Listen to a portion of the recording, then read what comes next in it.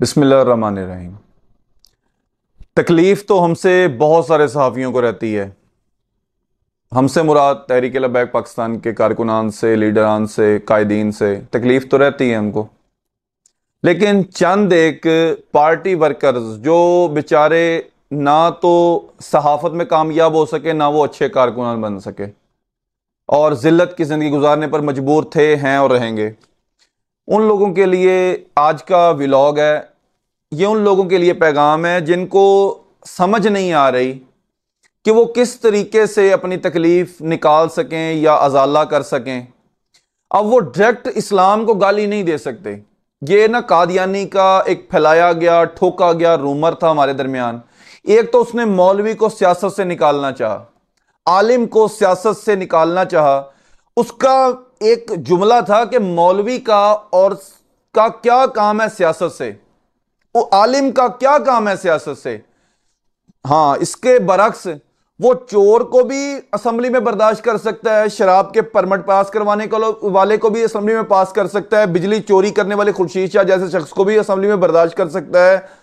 वो इमरान नियाजी का जैसे वालिद जो 40,000 की करप्शन में पकड़ा गया था, उसके बेटे को भी असेंबली में बर्दाश्त कर सकता है। वो लाहौर के बेटे नवाज शरीफ को भी असेंबली में बर्दाश्त कर सकता है, जिसका वालिद गरीब था और अब उसके बच्चे इतने अमीर हैं कि वो कई अमीरों को बमाए उनके असासे खरीद सकते हैं।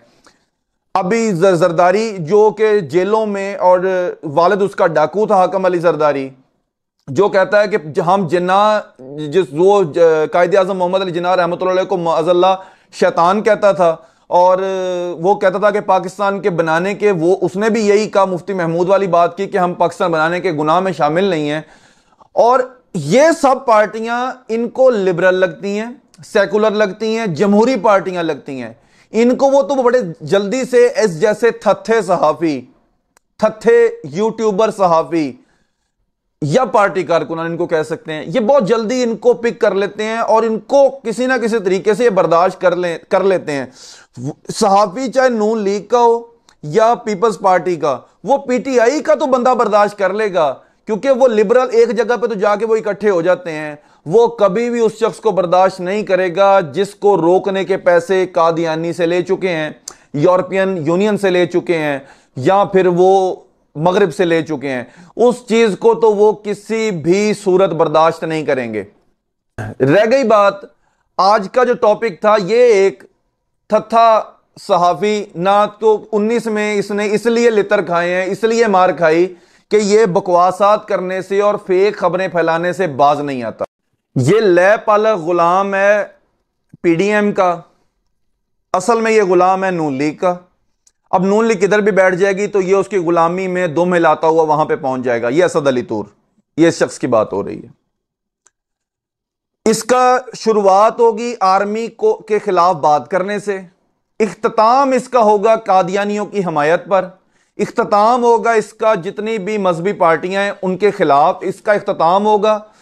किसी ना किसी तरीके से ये लिबरल्स को सपोर्ट करने की कोशिश करेगा और ये बड़ा अपने आप को लिबरल बनाने के चक्कर में, चाहे इसको गटर में ही उतरना पड़े, ये उतर जाने की बिल्कुल तैयारी में रहता है हमेशा।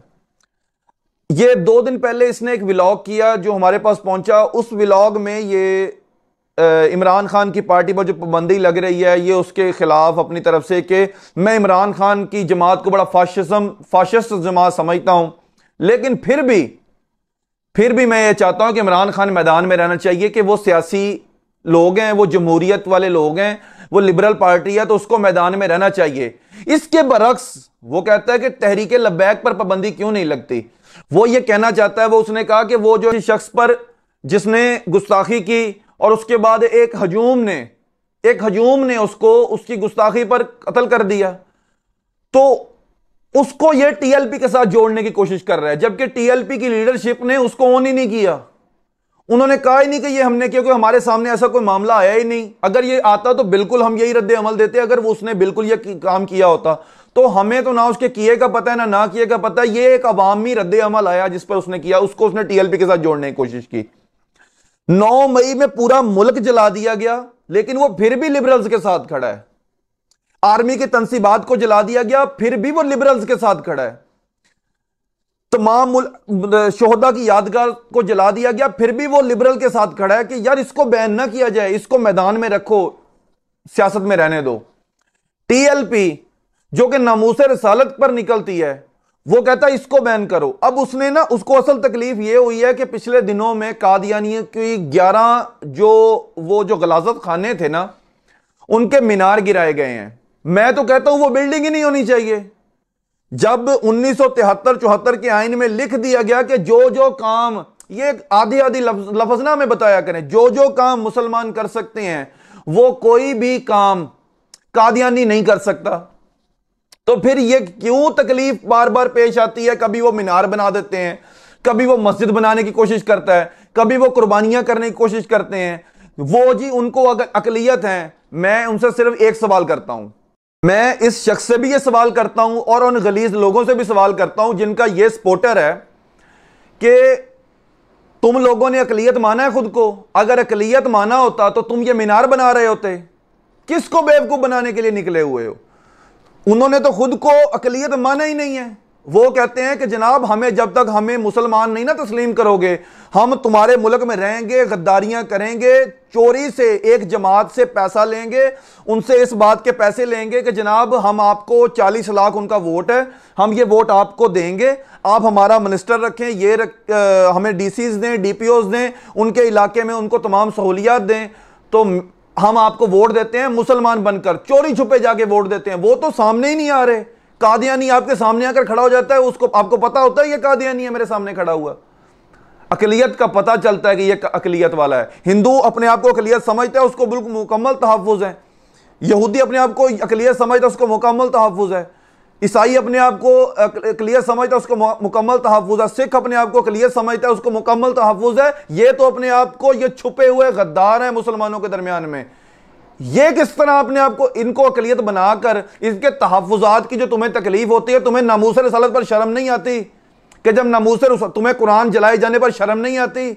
तुम्हें यह तब शर्म क्यों नहीं आती जब मैक्रोन वहां पे खाके लटका देता है, तो अब तुम कहां मर जाते हो? कि तब तुम्हारी गैरत क्यों नहीं जाग रही होती? तो जनाब, हम इन जैसे थे यूट्यूबर सहाफ़ियों को सिर्फ एक पैगाम देना चाहते हैं।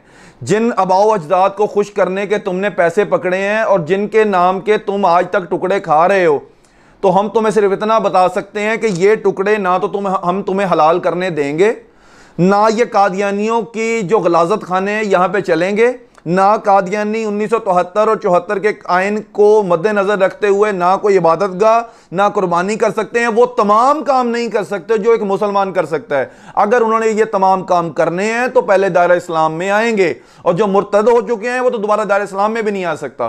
3 दिन के लिए, उसके लिए एक शर्त होती है कि अगर एक शख्स मुर्तद होता है तो 3 दिन के अंदर अंदर वो रुजू कर सकता है, जो अब कादियानी हुआ है। अगर वो कादियानियों के घर में पैदा हो चुका है तो बिल्कुल उसके लिए इस्लाम के दरवाजे खुले हैं, वो इस्लाम के अंदर दाखिल हो। नमूस रिसालत, कादियानियों को तकलीफ नहीं होती नमूस रिसालत पर, कादियानियों को तकलीफ नहीं होती खत्म नबूवत पर डाका डालते हुए। कादियानियों को तकलीफ इसलिए होती कि उनका एक गलाजत खाने का मीनार गिराया है। तो मीनार बनाने की इजाजत किसने दी है? 1900, वो आइन से बालातर नहीं है। इस मुल्क में कोई भी आइन से बालातर नहीं है। तो जो तहरीक लब्बैक को कलदम करवाना चाहते हैं, तो इनका ख्वाब इंशाल्लाह ख्वाब रह जाएगा। ये अब भी जलील होते रहेंगे इस जैसे थत्थे सहाफ़ी, और आगे भी जलील होते रहेंगे। इस मुल्क पाकिस्तान में सिर्फ अब वही जमात, वही तहरीक काम कर सकेगी जो अल्लाह और उसके रसूल के बनाए गए तरीकों पर और कानून पर चलेगी। हमारा आइन और कानून इस्लाम के मुताबिक बनाया गया है, लेकिन उस पर अमल नहीं हो रहा। तहरीक लब्बैक इस कानून पर अमल करवाने आई है, जिसकी तकलीफ लिबरल्स को हो रही है और हम उनकी तकलीफ दिन ब दिन देख रहे हैं। तो जनाब, अल्लाह पाक आपकी तकलीफ में इजाफा फरमाए। तहरीक लब्बैक अपने मंशूर से, अपने अमल से एक कदम भी पीछे नहीं हटेगी। कलदम करने का शौक था, ये तुमने पूरा कर लिया। अब जिनका कलदम बचाने के लिए तुम मैदान में आए हो, तो सिवाय जिल्लत के तुम्हारे हाथ में कुछ नहीं आएगा। मेरे कायद ने यह पहले ही कह दिया था कि कलदम नहीं करना चाहिए किसी भी सियासी जमात को। मेरे कायद ने कहा था कि मिलिट्री ट्रायल नहीं होने चाहिए, यह मेरे ही कायद ने कहा था। अगर तुम किसी पार्टी के सपोर्टर हो तो खुलकर सामने आओ, ज़हनी थत्थे ना बनो, थत्थे सहाफ़ी ना बनो। हम अगर किसी पार्टी के कारकुन हैं तो सच्चे तरीके से मैदान में आके बैठते हैं, और ये नहीं कहते कि मैं न्यूट्रल हूं। मैं ये आकर कहता हूं कि मैं एक जमात को रिप्रेजेंट करता हूं और उस जमात का मौक़िफ़ आपको बताता हूं कि उस जमात का मौक़िफ़ क्या है। जो भी शख्स अपनी ज़ुबान गंदी नहीं करेगा, जो भी नामूस रसालत के खिलाफ कोई बात नहीं करेगा, तो जनाब बिल्कुल उसकी इज्जत करते रहेंगे।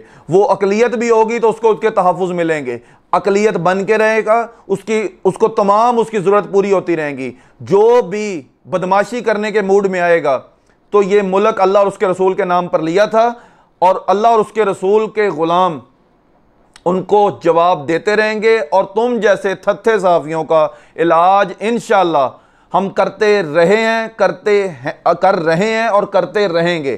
तुम्हारा इलाज इंशाअल्लाह जारी रहेगा। इसलिए अगर तकलीफ़ है दोबारा तो हमारे सामने टेबल पर बैठकर बात करो, नहीं तो फिर वीडियोस के मुकाबले में वीडियोस तो हम अब इंशाअल्लाह तुमको बनाकर बताएंगे। तुम्हारे जवाब का काउंटर अब तुम्हें बिल्कुल किया जाएगा इंशाअल्लाह।